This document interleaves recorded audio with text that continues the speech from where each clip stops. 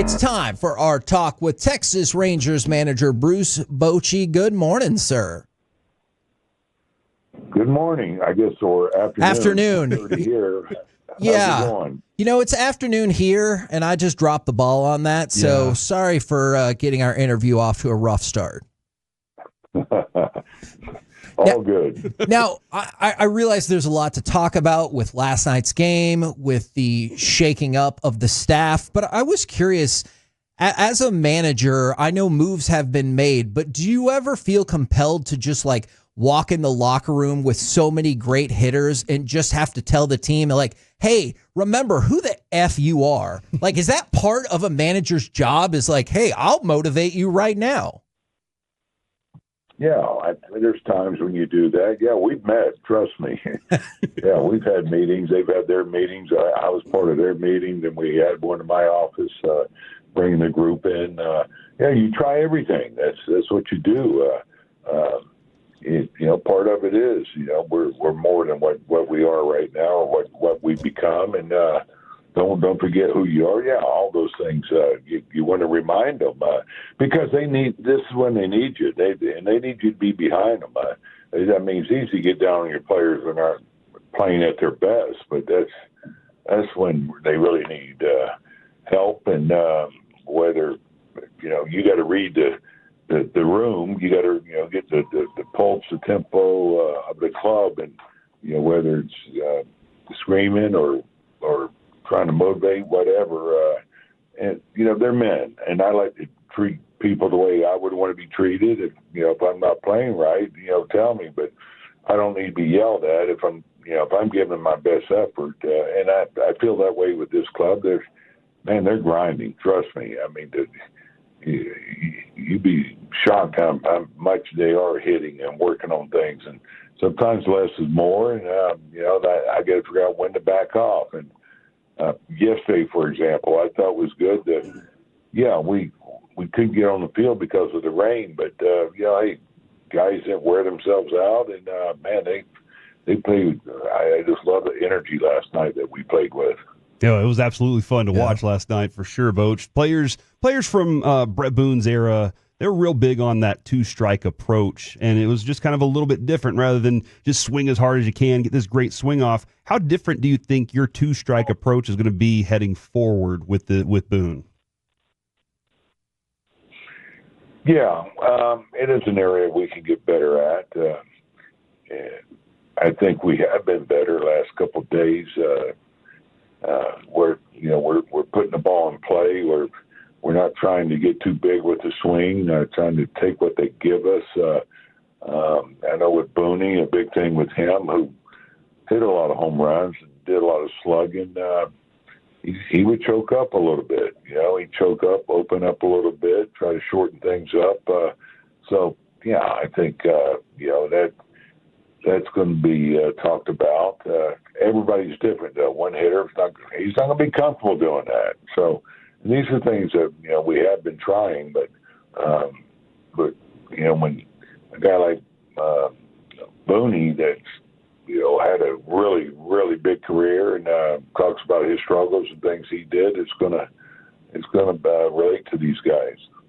Now you had Piazza in San Diego, and what I learned about him was he was stubborn on I'm not swinging at certain pitches at all. I'm just not going to do it. He forced pitchers to make perfect pitches, and that was how he earned his home runs.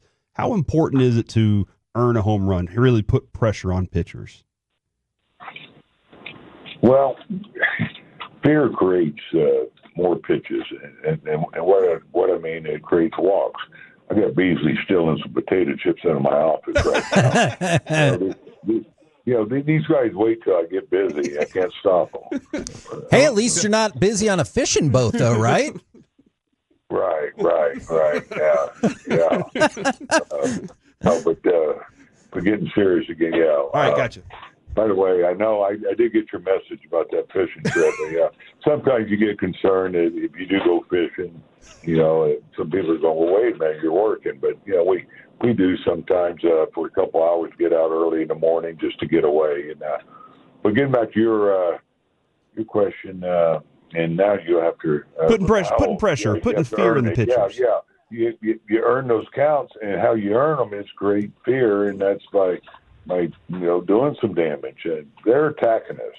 That's one thing. They're not. It's hard to get walks when they're coming right at us, but if we get back to who we are, and our identity is team fears or pitchers fears, and that's why I love some of the swings we took yesterday. Especially now that Leody has been picked up by the Mariners. I was curious if you can give us any insight into why did that just not end up working out here? Well, and I love Leo. Leo's a great teammate, and Leo, he's a streaky player, very talented. There's nothing the guy couldn't do. He could run, play defense, switch hitter. Stronger from the left side, obviously, but to run in some balls. But we gotten a little crowded here, and Evan Carter's ready, and so to have a guy like Leo sitting on the bench, he's pretty well. I mean, he's getting his salary's getting up there. That's something you don't want guys like that sitting there, and so anyway, with Carter. Coming up, he's going to get the lion's share playing center field. Now, they don't complement each other so well because they're similar. Their strong suit is from the left side. And we need more of a right-handed bat, and so that's how this all came down. And I'm happy for Leo. I talked to him yesterday. He's going to big leagues with our competitor, unfortunately, but he is going to the big leagues. Now, you mentioned Evan Carter. We were all excited to see him have some pretty immediate success in the game yesterday. I'm curious, since he has kind of a back issue that has to be managed, how do you balance managing the pain versus, hey, sometimes you're going to have to play through a little bit of pain? Well, first of all, he's not in pain right now. That's what's good to see is how healthy he is. I mean, that's always a fine line between playing with pain and doing more damage. Some guys' pain tolerance are different, obviously. Like when you're talking about the area where it was bothering them, it's hard to play through that, and then you're just going to compound the damage by running and swinging the bat. Swinging the bat is, especially trying to hit major league pitch, you're doing some serious rotating, and so you got to be smart about it. As far as him, his workload, I'm going to rely on my medical staff. He's going to play these 3, and then if all goes well, then he'll be off the first day in Detroit. It looks like we're going to see Scooble. So anyway, I'll pick and choose certain days that he'll be off, so we don't run him in the ground here.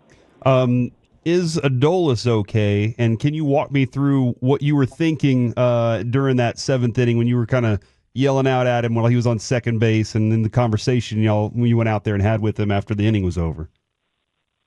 Yeah, well, happened at first base when he legged out that ball, and so he kind of reached down there, but it was a cramp. It wasn't a hamstring pull, and he was confident that that's all it was. And Ragsdale was letting us know he's okay. Well, he got to second. He's still kind of grabbing it, and I'm trying to get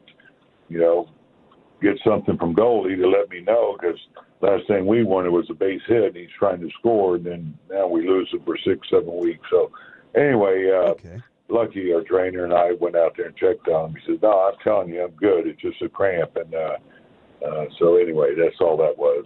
Okay. Whew. All right. That was good. That makes me feel a lot better right now. Now, we have Chris Young on our airwaves every single week, and one of the things that he talked about earlier this week was Alejandro Rosario, and still talking about the work in progress he is, and maybe he'll move up to AAA. I know you're busy with the big club, but from the reports you get and everything, what else do you want to see from him in the minors, since he made such a big impression in spring training? Well, I mean, right now he needs just more time there. It's not something you want to see. It's a consistent, just the consistent play from those guys. Like Krim, we brought up. What do we want to see from him? Well, we want to see him slug down there. He's a first baseman. That's what was going to get him up to the big leagues. Now, granted, he hasn't got a hit yet, but he did what he was supposed to do. but with Rosario, it's just a matter of time. And of course, you never know during the season when you're forced to maybe bring guys up. And going back to Carter, when we brought him up in 23, I mean, we brought him up at an early age, including Langford, these guys, and when they start doing things that and they make enough noise that earn the right to go up or even go up another step, whether it's to Double A or Triple A, that's all you're looking for is consistent play. Now, I know a lot of discussion about the offense this week, and I guess for several weeks, but I don't want it to be lost that you're in the midst of, I know there was a day off in between, but you got back-to-back really top-notch starts from DeGrom and Eovaldi. How much easier does that make life from managing the bullpen to not needing to score as many runs? Yeah, well, I'm a firm believer pitching is going to get you there. Pitching is going to win it for you. And I couldn't be prouder of this staff, what they're doing right now, surpassing even what we thought. We thought we had a pretty good staff, but they've been incredible on the starting side and in the bullpen. And so, no, it does make life a lot easier, but it doesn't make it easier when you give up 2 and you get beat 2-1. Right. Yeah. That's what was frustrating us, So, yeah, and we thought this offense would be, an offense that would consistently score between 4 and 5 runs a game on the average. And we have not done that. That's why our record's not better. It's not because of the pitching. With our pitching, if our offense were done anything close to what we thought, I mean, we'd be right where we wanted to be. Boch, you ever played or managed a game with fire alarms going off before? Yeah, well, I've had some things. I've had the lights go out, fire alarms. Yeah. I don't know, sprinklers. The old Major League scene. What was it? Major League where the sprinklers went off? Or Bull Durham? I think it was Bull Durham. Durham. It was Bull Durham, yeah. Yeah, Bull Durham. Yeah. I'm getting old, so you got to help me out on some of this stuff. But no, seriously, it's funny. You'll see things on the field that you think you've seen, and man, I don't even know the rule.